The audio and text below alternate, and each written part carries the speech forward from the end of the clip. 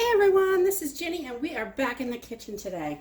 I am going to be canning up some nacho cheese for our pantry. I got a really good deal on a couple of these cans, number 10 cans of nacho cheese, and I want to break them down into smaller jars that are sizes that we can use at a time so it won't go to waste. And by doing this, it saves us a ton of money. So let's jump into this and get going.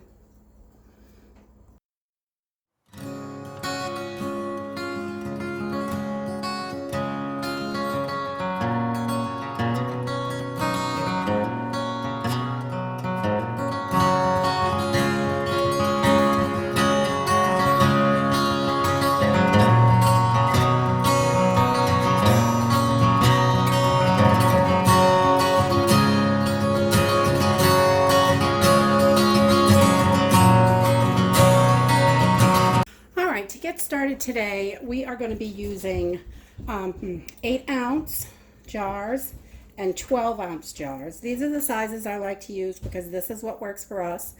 I've seen this done in as big as 16-ounce jars, but 12-ounce jars is really the most that we're going to use at one time. So that's the biggest jar that I use while I'm canning these. So, and before anybody gets upset and wants to tell me that this is not okay to do, I understand this is not USDA approved.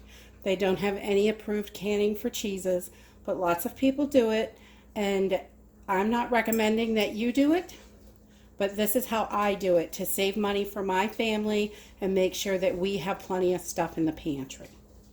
So you're going to want to make sure that you have got plenty of lids.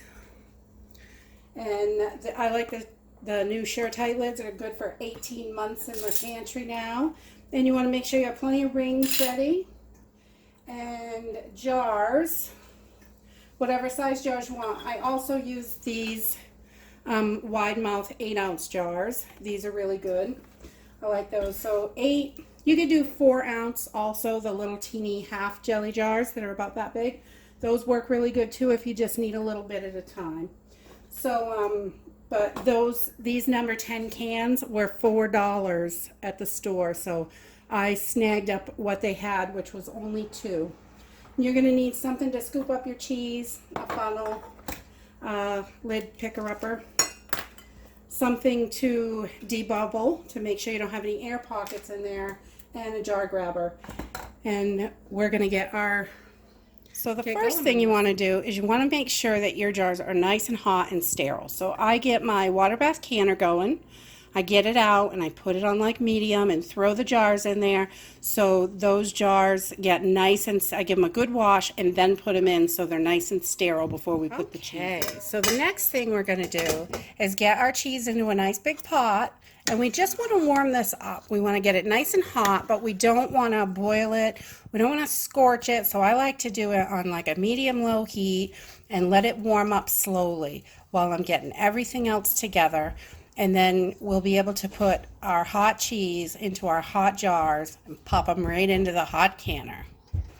And what I like to do is put my lids into hot water and let them just get, this water, not too hot yet.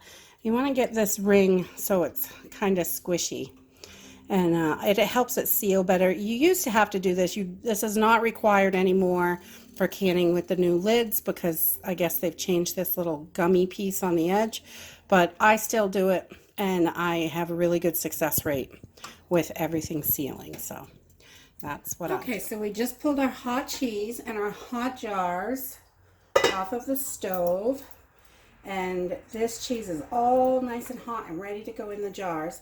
The jars are nice and hot, so we're just going to ladle this in. And this is pretty messy. And I like to leave about 1-inch headspace on these, so I know there's plenty of room. Okay, so we will, there we go, take a turn over there. And then, so I've got about a 1-inch headspace on there. And I'm just going to take my little Tupperware peeler thingy and just get any bubbles out that I can. I want to have as very little bubbles as possible.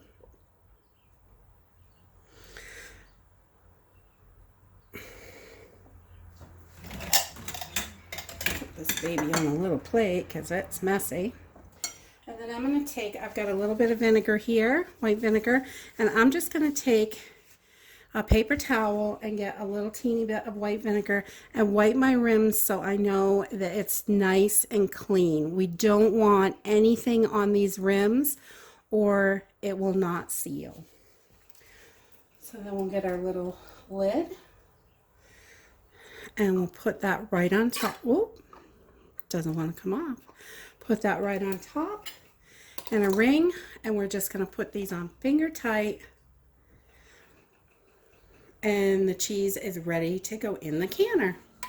So we're just going to pop this right in the canner, and each one we get done until the canner's full, and then we're going to water bath it for 20 minutes.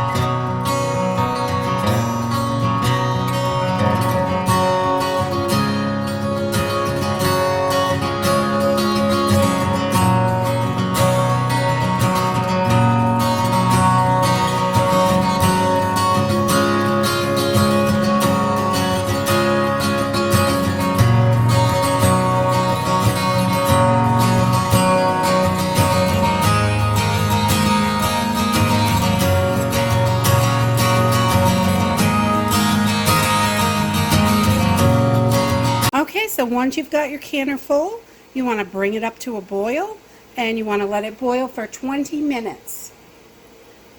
And then your cheese. We just got our cheese out of the canner, and everything is all done. I've still got a couple more that need to seal here in the front from the last load, but they are looking fabulous. And this cheese will not go us that long, probably. It'll be gone in probably 4 months or so, but it'll last on the shelf I've had it for up to 12 months maybe.